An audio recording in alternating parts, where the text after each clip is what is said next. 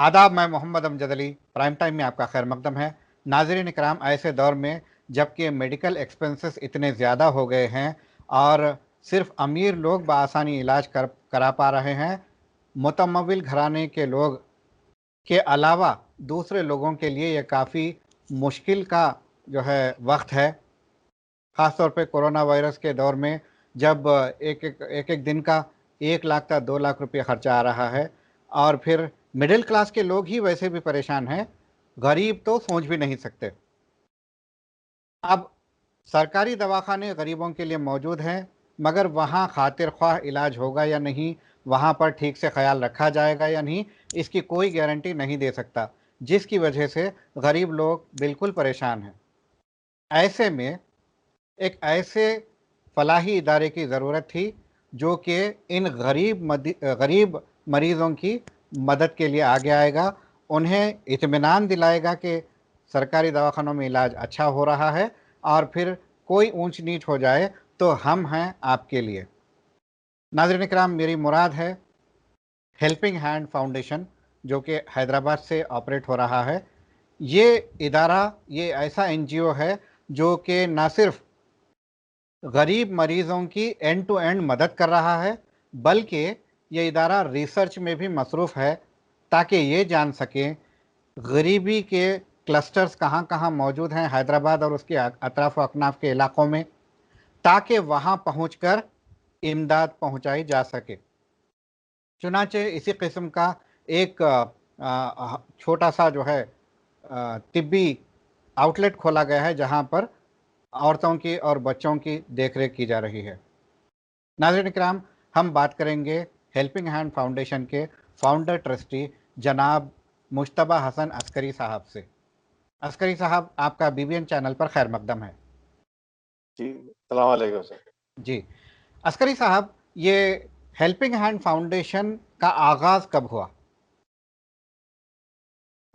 सब helping hand foundation को 2007 में स्टैब्लिश हुआ ये। जी। और मैं उस वक़्त इन्फोसिस में काम करता था और उस दौरान ये ऑर्गेनाइजेशन हमने स्टार्ट किया। और क्योंकि हैदराबाद में एक खुसूसी इदारा हेल्थ और मेडिकल इमरजेंसीज़ में काम नहीं कर रहा था हुँ। और वहाँ बहुत आप जैसा बताया कि सख्त ज़रूरत थी मेडिकल इमरजेंसीज़ में काम करने की, तो उस या ख़्याल से हम 2007 में इसको क़ायम किए। जी। तो ये आपने जब स्टार्ट किया है तो आपका मिशन क्या था ये स्टार्ट करने के पीछे?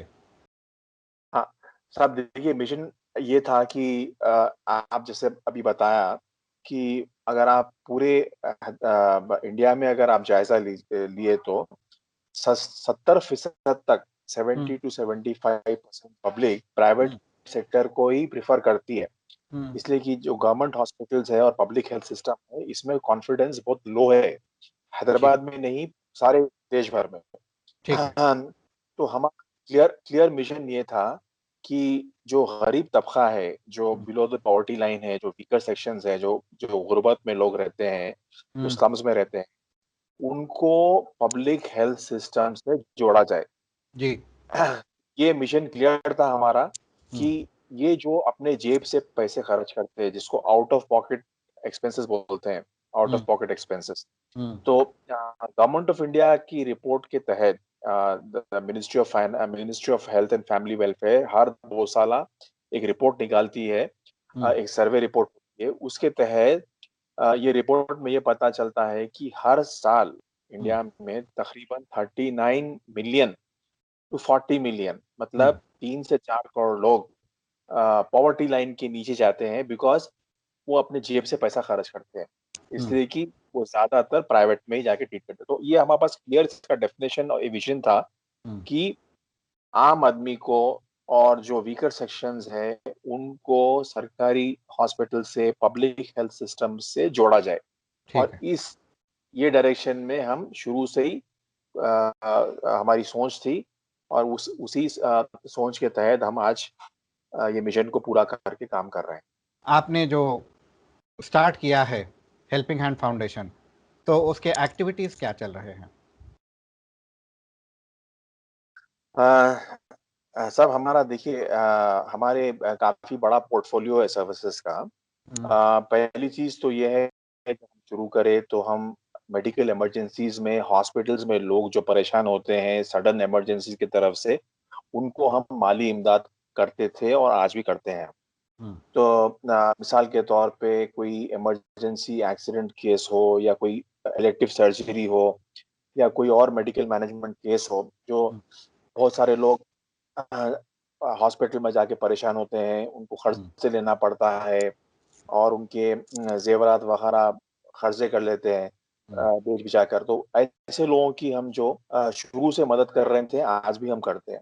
तो हुँ, ये एक लाइन होगी। दूसरी लाइन हमारी ये है कि हम तकरीबन 17 गवर्नमेंट हॉस्पिटल्स में हुँ, हमारे हेल्प डेस्क हमने कायम किया। हमारा पहला एनजीओ है जो हैदराबाद के 17 दवाखाने मिसाल के तौर पे उस्मानिया, गांधी ईएनटी कोटी, एमएनजे हॉस्पिटल, नीलोफर, निम्स वगैरह-वगैरह में चेस्ट हॉस्पिटल एरागड्डा, इसमें हमने हेल्प डेस्क सिस्टम कायम किया।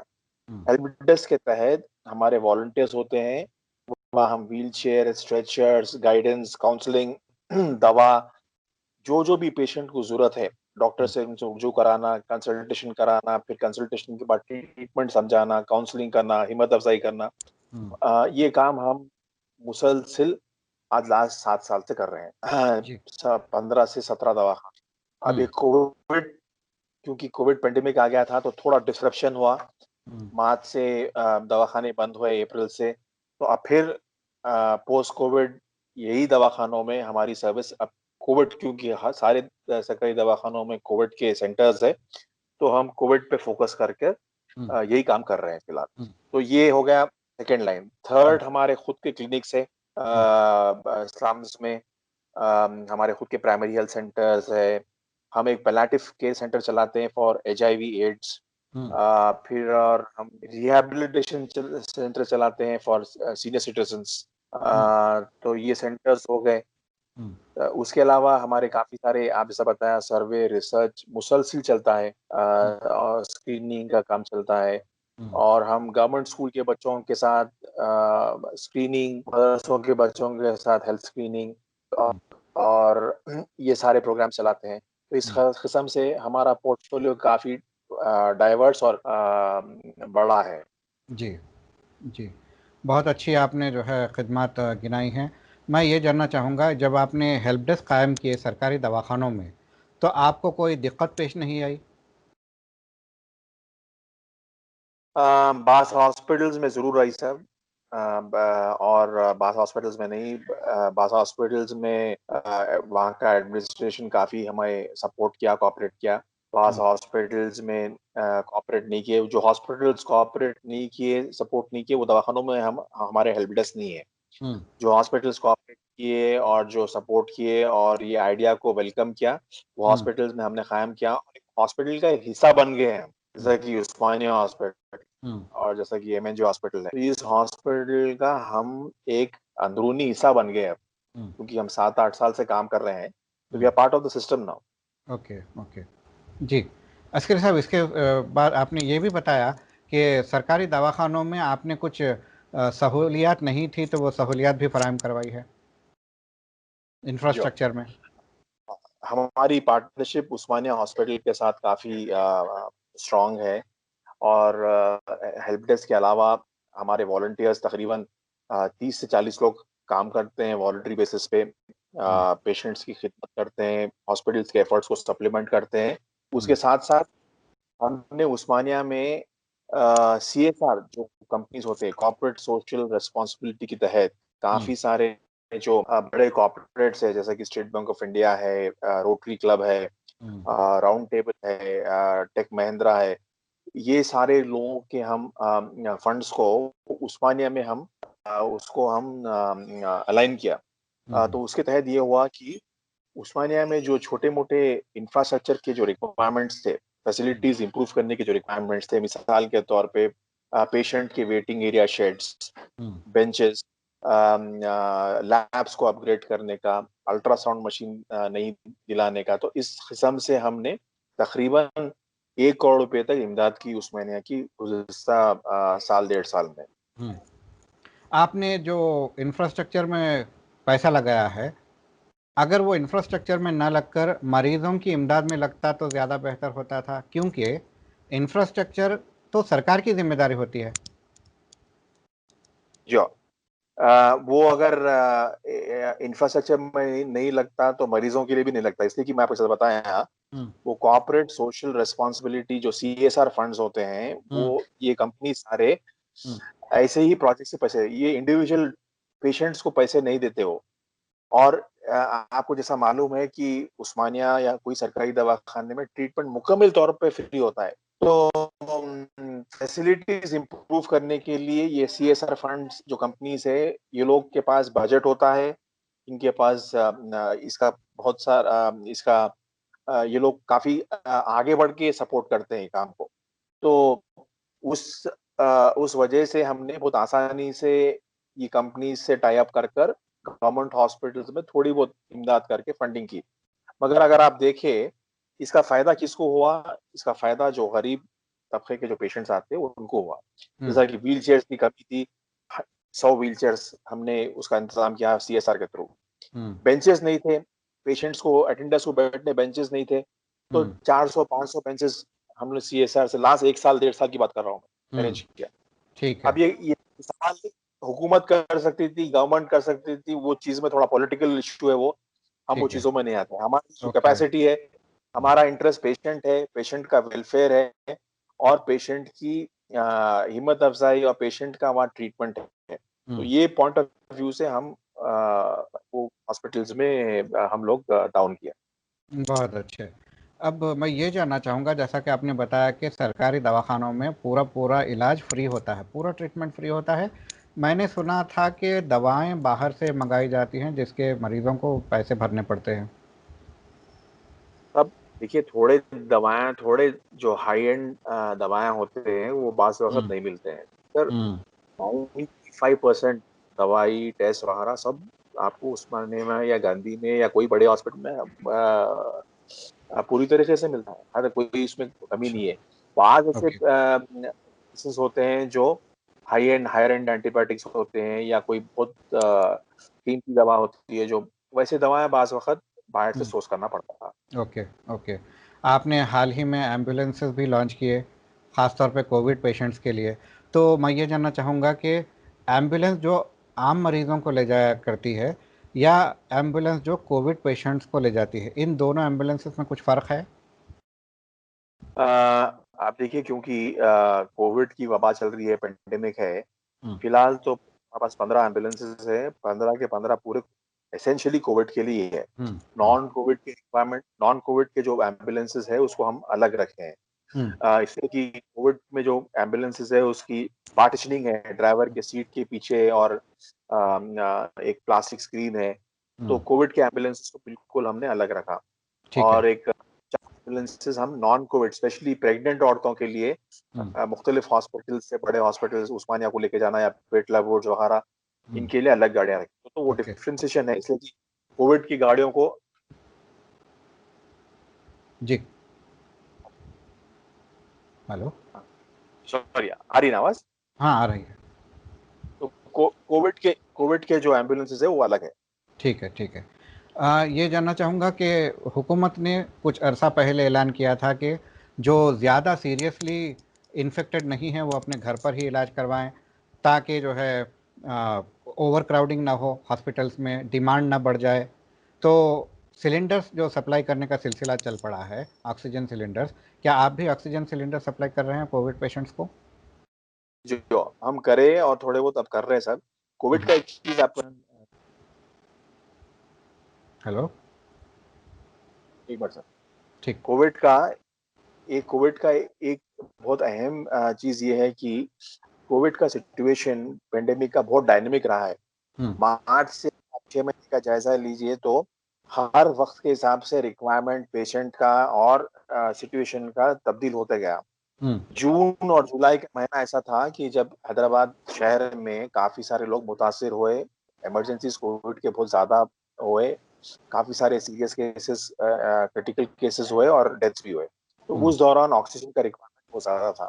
तो हम्म। वो टाइम काफी इदारे, हमारा एनजीओ और बहुत सारे एनजीओज भी आगे आके ऑक्सीजन का करे, और वो बहुत सक्सेसफुल हुआ प्रोग्राम। ओके। मगर अब अगस्त सितंबर में ऑक्सीजन की रिक्वायरमेंट बहुत ज़्यादा कम हो गया, बहुत ज़्यादा कम हो गया। तो क्या है कि पेशेंट को ऑक्सीजन की ज़रूरत कम पड़ रही बनिस्बत जो महीना डेढ़ महीना पड़ रही थी। मगर ऑक्सीजन के सप्लाईज हमने किया, और आप थोड़े छोटे पैमाने पे अभी भी कर रहे हैं, जहाँ भी रिक्वेस्ट आई तो।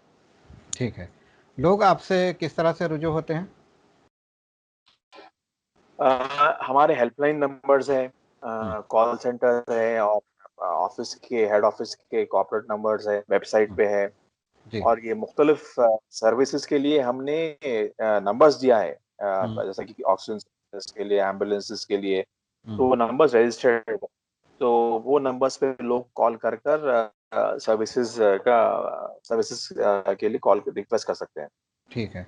आपका जो ये सर्वे का सिलसिला जो चल रहा है, जहां आप जी। ये जानने की कोशिश करते हैं कि बिलो पावर्टी लाइन, गरीबी की सतह से नीचे रहने वाले कहाँ-कहाँ ज़्यादा मौजूद हैं। तो ये इसके फाइंडिंग्स क्या-क्या हैं आपके? साहब देखिए, सर्वे का जो सिलसिला है, हमने एक लास्ट 6 साल 5 साल से कर रहे हैं हम हुँ, मुसलसिल। हुँ, हमारी कोशिश यही रहती है कि जो कम्युनिटी है, सोसाइटी है, जो पॉपुलेशन है, हुँ, उसमें बीमारी का, भूख का, सोशो इकोनॉमिक इंडिकेटर्स का मसाइल क्या है, हुँ, और इसको हम टाइम टू टाइम जानकारी लेते रहते हैं। हुँ, पहले हमने एक फैमिली हेल्थ सर्वे की हैदराबाद में, हुँ, जिसमें हम 5 से 6,000 घरों को, हाउस होल्ड्स को कवर किया। हुँ, हाल-हाल में हमने फिर ये लॉकडाउन के तहत जो डेली वेजेस का था, खुसूसन ओल्ड सिटी में, उसकी सर्वे हुँ, की। तो हुँ, सर्वे का सिलसिला कंटिन्यूअस है, हुँ, इसलिए कि हमारी हमारी ये सोच है और हमारी ये बिलीफ है हुँ, कि सर्वे से हमें ग्राउंड पे जो हकीकत है, जो ग्राउंड रियलिटीज़ बोलते हैं, उससे हम हुँ, वाकिफ़ होना बहुत ज़रूरी है।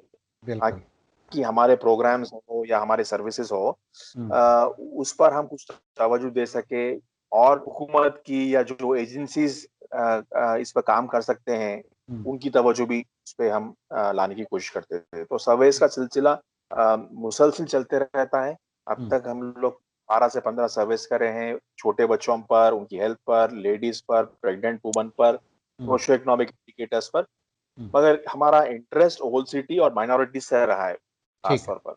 ठीक है, ठीक है। जैसा कि आपने बताया कि विमेन और चिल्ड्रन पर आप काम कर रहे हैं। राजेंद्र नगर में आपने कुछ नया जो है स्टार्ट किया है काम।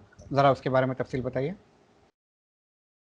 ये भी सर्वे के तहत स्टार्ट हुआ, इसलिए हुँ, कि कोविड में आप ज़रा देखिए कि सारे सरकारी दवाखाने स्कूल्स बंद है। हुँ, अ, जिसमें मिड डे मील मिलता, बच्चों को एक टाइम खाना मिलता, जो नेशनल प्रोग्राम है, नेशनल हेल्थ मिशन के तहत ये प्रोग्राम चलता है। हुँ, तो आज 6 महीने से मिड डे मील बंद है। हुँ, आंगनवाड़ी सेंटर्स जहाँ प्रेग्नेंट औरतें हैं और बच्चों के लिए भी, वहाँ भी न्यूट्रिशन मिलता बच्चों को और औरतों को, वो भी बंद है। हुँ, और टीके जो इम्यूनाइज़ेशन होता है बच्चों का, वो का अभी रिपोर्ट्स आ रहे हैं, आप देखे होंगे मीडिया में, कल भी रिपोर्ट थी कि इम्यूनाइज़ेशन का भी परसेंटेज काफ़ी हद तक गिर गया है because of Covid. Hmm, pandemic की तरफ सारे सर्विसेज़ इम्पैक्टेड है। हुँ, तो हमने ये चीज़ों को पूरे मद्देनज़र रखते हुए ये डिसाइड किया कि एक वादी अल महमूद राजेंद्र नगर मंडल में एक स्लम है, हुँ, जिसके अतराफ और स्लम जुड़े हुए हैं। वहाँ एक खास वुमेन एंड चिल्ड्रन, हुँ, बच्चों और औरतों के लिए क्लिनिक खोली गई, और पूरी लेडीज़ टीम है वहाँ। हुँ, डॉक्टर्स भी लेडीज़ है, नर्सेस, काउंसलर्स, वॉलंटियर्स, पूरी लेडीज़ की टीम है, जो हुँ, ये काम करती है कि मामूली खाँसी, बुखार, ज़ुकाम के अलावा हुँ, प्रेग्नेंट औरतों की सेहत, औरतों में खून की कमी, बच्चों में कमज़ोरी, हुँ, मालन्यूट्रिशन, ये सारे चीज़ों को हम लोग इसका जायज़ा ले रहे हैं, और हुँ। हमारे जो लेवल पर हम काम कर सकते हैं, वो एरिया में, वो काम करने की कोशिश कर रहे हैं। बहुत खूब आपने औरतों और बच्चों के लिए हेल्थ पॉइंट का आगाज़ किया। और सबसे अच्छी बात मुझे ये लगी कि ऐसे बच्चे, गरीब बच्चे जो स्कूल बंद होने की वजह से, स्कूल ना जाने पे की वजह से, ना जा पाने की वजह से जो मिड डे मील मिला करती थी, उसका सिलसिला मुनक़ता है। ऐसे में वो बच्चे कैसे ग्रो करेंगे?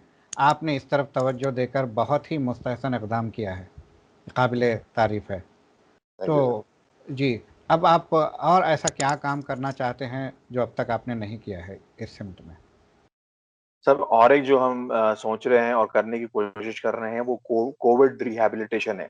हुँ, बहुत सारे कोविड के रिकवर हुए पेशेंट्स को लॉन्ग टर्म मेडिकल केयर की ज़रूरत पड़ी है। हुँ, बहुत सारे ज़ईफ़ लोगों को कोविड से ज़ेर इलाज हुए बस हुँ, उनको घर में आने नहीं दे रहे हैं, उनके खुद की औलाद, उनकी फैमिली रिजेक्ट कर दे रही है, उनको घर जाने घर नहीं है और इस तरीके के मसाइल आ रहे हैं, तो हम हमारी इमीडिएट अब जो फ़ोकस है कोविड रिहैबिलिटेशन पर है। हुँ, हमारा जो राजेंद्र नगर में सेंटर है 25 बेड्स का, हुँ, हम कोशिश कर रहे हैं कि वहाँ ज़्यादा से ज़्यादा लोग आएँ जो कोविड से मुतासिर होकर रिकवर हुए हुँ। और उनको कुछ मेडिकल अटेंशन और शेल्टर की ज़रूरत है, उसके लिए हम सर्विसेज़ देने के लिए पूरी कोशिश कर रहे हैं। ठीक है। आपने जो रिसर्च फाइंडिंग्स की है, क्या वो रिसर्च फाइंडिंग्स पब्लिक डोमेन में अवेलेबल है? लोग जान सकते हैं कि आपने क्या-क्या काम किया है और उसके क्या फाइंडिंग्स हैं? हमारे पूरे रिसर्च जितने भी हमारे लेवल पे किए हैं हम लोग, हुँ, हमारी वेबसाइट जो है www.helpinghandf.org पर ये सारे सर्वे रिपोर्ट्स अपलोडेड है और वहाँ से आप इसको डाउनलोड कर देख सकते हैं। ठीक है। अवाम को ख़ास तौर पे गरीब अवाम को आपका क्या पैगाम रहेगा? किस मामले में सेहत के मामले में? सेहत का मामला भी है, फिर अगर कोई मुतासिर हो जाते हैं, तो ख़ास तौर पे आप हेल्थ के मामले में ज़्यादा काम कर रहे हैं। वैसे जो जनरल अपकीप का भी आप काम कर रहे हैं, मगर जब कोई पेशेंट बन जाता है, तो आमतौर पर आपने भी कहा है और ये जनरल ऑब्ज़र्वेशन है कि लोग गवर्नमेंट हॉस्पिटल का रुख करने से डरते हैं। तो इस ताल्लुक से आप क्या मैसेज देंगे? हाँ, देखिए सर जो लोगों का जो तसव्वुर है सरकारी दवाखानों का हम ये कोई इसमें शक नहीं है कि वहाँ कुछ खामियाँ ज़रूर है। हुँ, हाइजीन सैनिटेशन के स्टैंडर्ड्स एक प्राइवेट हॉस्पिटल के मुकाबले में काफ़ी कम है।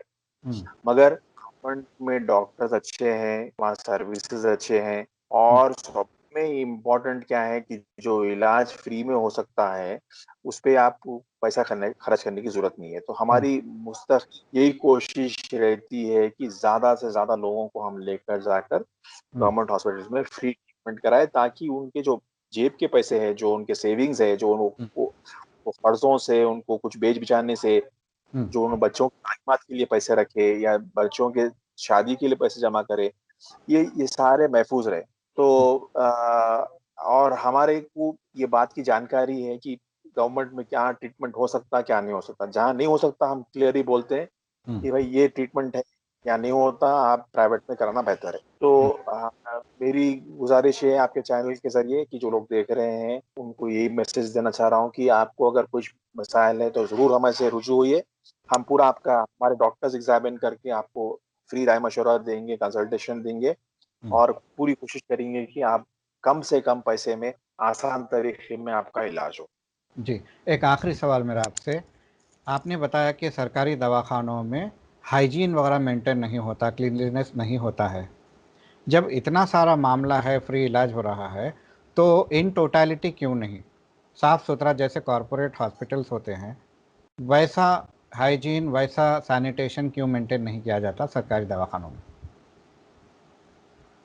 साहब देखिए पूरे सरकारी दवाखानों में हाइजीन नहीं है बोलना गलत है। थोड़े ठीक। दवाखानों में, थोड़े डिपार्टमेंट्स में, थोड़े यूनिट्स में है प्रॉब्लम इसलिए कि उसकी इमारतें पुराने हो गए हैं। उसके जो फैसिलिटीज़ है उसको इम्प्रूव नहीं किया गया है। मैन पावर की कमी है, नर्सेस की कमी है, डॉक्टर्स की कमी है। हुँ, तो ये हुकूमत की ज़िम्मेदारी है। हुँ, अगर इस पे अगर हुकूमत तवज्जो दी और कुछ बजट दिया और इसमें कुछ तब्दीलियाँ लाए, तो ये भी हॉस्पिटल्स कॉर्पोरेट हॉस्पिटल की टक्कर में उनसे बेहतर सर्विस दे सकते हैं। हुँ, बाज़ बाज़ जो रीसेंट डेवलपमेंट्स हुए हैं उस्मानिया में और गांधी में जो उनके जो नए-नए वार्ड्स बने हैं, वो कॉर्पोरेट हॉस्पिटल जैसा कि उस्मानिया में किडनीज़ का नेफ्रोलॉजी का जो डायलिसिस का यूनिट है, हुँ, वो it is as good as a private hospital. Okay. Osmania में जो न्यूरोसर्जरी का यूनिट है, हुँ, वो भी नया बना हुआ है, वो भी प्राइवेट हॉस्पिटल के टक्कर में और फ्री इलाज है। जो प्राइवेट हॉस्पिटल 1 लाख रुपए दिन के लेता है आईसीयू के, ये फ्री में होता है यहाँ। तो जरूरत इसकी है कि थोड़ा अगर हुकूमत के गवर्नमेंट की तरफ से अगर बजट मिला और कुछ तब्दीलियां हुए, कुछ इन्वेस्टमेंट्स हुए, तो ये हॉस्पिटल्स भी प्राइवेट हॉस्पिटल से बेहतर हो सकते। ओके, हमसे जुड़ने का बेहद शुक्रिया। नाज़रीन किराम जी, नाज़रीन किराम, ये थे जनाब मुश्तबा हसन अस्करी साहब, हेल्पिंग हैंड फाउंडेशन के फाउंडर ट्रस्टी। इन्होंने अपने सरगर्मियों के ताल्लुक़ से भी बताया और सरकारी दवाखानों में क्या अहवाल हैं उस ताल्लुक़ से भी रोशनी डाली। तो हमने ये महसूस किया कि सरकारी दवाखानों में कुछ फैसिलिटीज़ अच्छे हैं, कुछ फैसिलिटीज़ का फुक़दान है। अगर ये चाहें तो कॉरपोरेट तर्ज पर पूरे दवाखानों को बेहतरीन बना सकते हैं, मगर होता ये है कि आला ओहदेदार फ़ैसला करते हैं, जियो जारी होता है, मगर रास्ते में अटक जाता है, जिसकी वजह से गरीब पेशेंट्स तक ये नहीं पहुंच पाती है सर्विस। इन्होंने ख़ास तौर पे ये भी बताया कि कोविड की वजह से सरकारी स्कूल्स बंद होने की वजह से जो मिड डे मील मिला करता था वो बच्चों को नहीं मिल रहा है, जिसकी वजह से उनकी नशोनुमा को ख़तरा है। इन्होंने मिड डे मील स्टार्ट किया है, बहुत ही बेहतरीन काम इन्होंने किया है। उम्मीद करते हैं कि इनकी जो एक्टिविटीज़ हैं और इसमें इखलास आए और एक्टिविटीज़ में इजाफ़ा हो। ख़ास लम्हात में आज के लिए बस इतना ही। अगले एपिसोड तक के लिए हमें दीजिए इजाज़त। शब बख़ैर।